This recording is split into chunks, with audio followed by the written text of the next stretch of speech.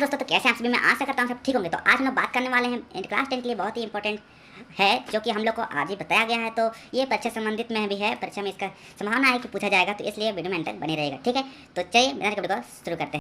आज हम इस वीडियो में कक्षा 10वीं के साइंस विषय की एक न्यू टॉपिक तत्वों का आवर्त वर्गीकरण पर चर्चा करने वाले हैं और महत्वपूर्ण नोट्स को नोट करने वाले हैं, जो कि परीक्षा में पूछने की संभावना है। ये ऑब्जेक्टिव और सब्जेक्टिव दोनों में पूछा जा सकता है, इसलिए वीडियो में अंत तक बने रहिए।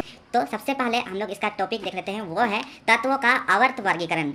ठीक है, तो ये टॉपिक है हमारा, जो कि हम लोग को आज ही बताया गया है और कहा जा रहा था कि ये परीक्षा में भी पूछा जा सकता है, चाहे वो मार्कशीट हो या फिर सब्जेक्टिव, दोनों में से किसी में भी पूछा जा सकता है। तो इसलिए हम लोग को जानना इंपॉर्टेंट हो जाता है। ठीक है, तो सबसे पहले हम लोग को पता ही होगा कि जो तत्वों का प्रकार होता है, पूरा मिला के एलिमेंट जिसको बोलते हैं, वो पूरी 118 प्रकार तक का होता है।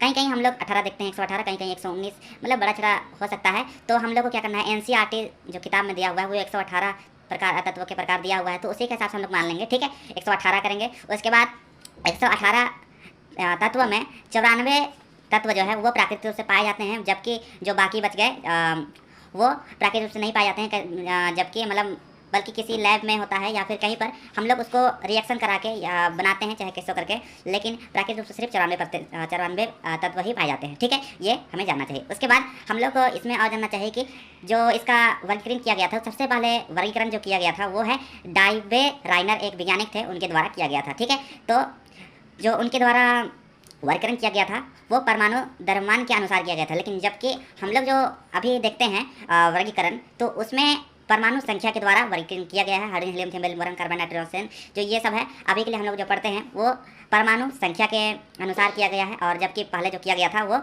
परमाणु द्रव्यमान के द्वारा शुरुआत हुआ था, उसका अनुसार वर्गीकरण हुआ था। ठीक है, तो इसके बारे में थोड़ा देख लेते हैं कि डाइवेराइनर का त्रिक क्या होता है। तो डाइवेराइनर ने 3 तत्वों का त्रिक बनाया, जिन्हें परमाणु द्रव्यमान के आरोही क्रम में रखने पर बीच वाले तत्व का परमाणु द्रव्यमान अन्य 2 तत्वों के परमाणु द्रव्यमान का लगभग औसत होता है।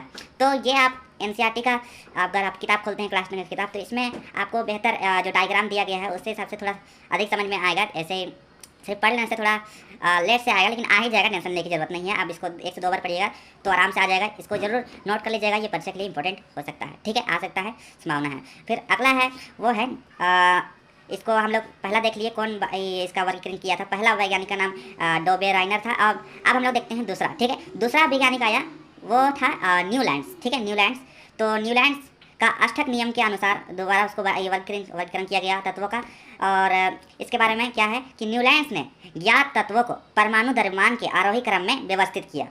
ठीक है, जितना भी तत्व ज्ञात हुआ उसको परमाणु द्रव्यमान के आरोही क्रम में व्यवस्थित किया। इसने भी क्या किया, परमाणु द्रव्यमान के अनुसार ही किया। ठीक है, पहले वाला भी वही किया और सेकंड वाला भी वही किया। और उन्होंने सबसे कम परमाणु द्रव्यमान वाले तत्व हाइड्रोजन से आरंभ किया तथा 56वें तत्व थोरियम में समाप्त किया। ठीक है, तब तक ये सिर्फ 56 को ही खोज पाए थे। ठीक है, और उन्होंने पाया कि प्रत्येक 8वें तत्व का गुणधर्म पहले तत्व के गुणधर्म के समान है। ठीक है, उसके बाद उन्होंने इसकी तुलना संगीत के अष्टक से की और इसलिए उन्होंने इसे अष्टक का सिद्धांत कहा। ठीक है, इसके बारे में कुछ पूछ सकता है, जो मार्कशीट में होगा या फिर सब्जेक्टिव में पूछ सकता है, तो थोड़ा ध्यान देने की जरूरत है। ये सबको थोड़ा देख लीजिएगा। ठीक है, बहुत ही हेल्पफुल होगा। और अगर आपके पास किताब होगा तो उसमें भी एक बार जरूर देख लीजिएगा, डायग्राम सब देवा है, तो उससे आपको बेहतर थोड़ा समझ में आएगा, जल्दी समझ में आएगा। ठीक है, ऐसे में थोड़ा लेट लग सकता है। ठीक है, तो फिर उसके बाद अगला है न्यूलैंड्स में जो बंटवारा किया था दोबारा, तो उस न्यूलैंड्स के अष्टक नियम की कमियां, उसमें कमियां क्या थी। तो अष्टक का नियम के बल केवल कैल्शियम तक ही लागू होता है। मतलब कहा रहा था ना कि क्या लिखा हुआ है, हाँ, कि प्रत्येक 8वें तत्व का गुणधर्म पहले तत्व के गुणधर्म के समान है।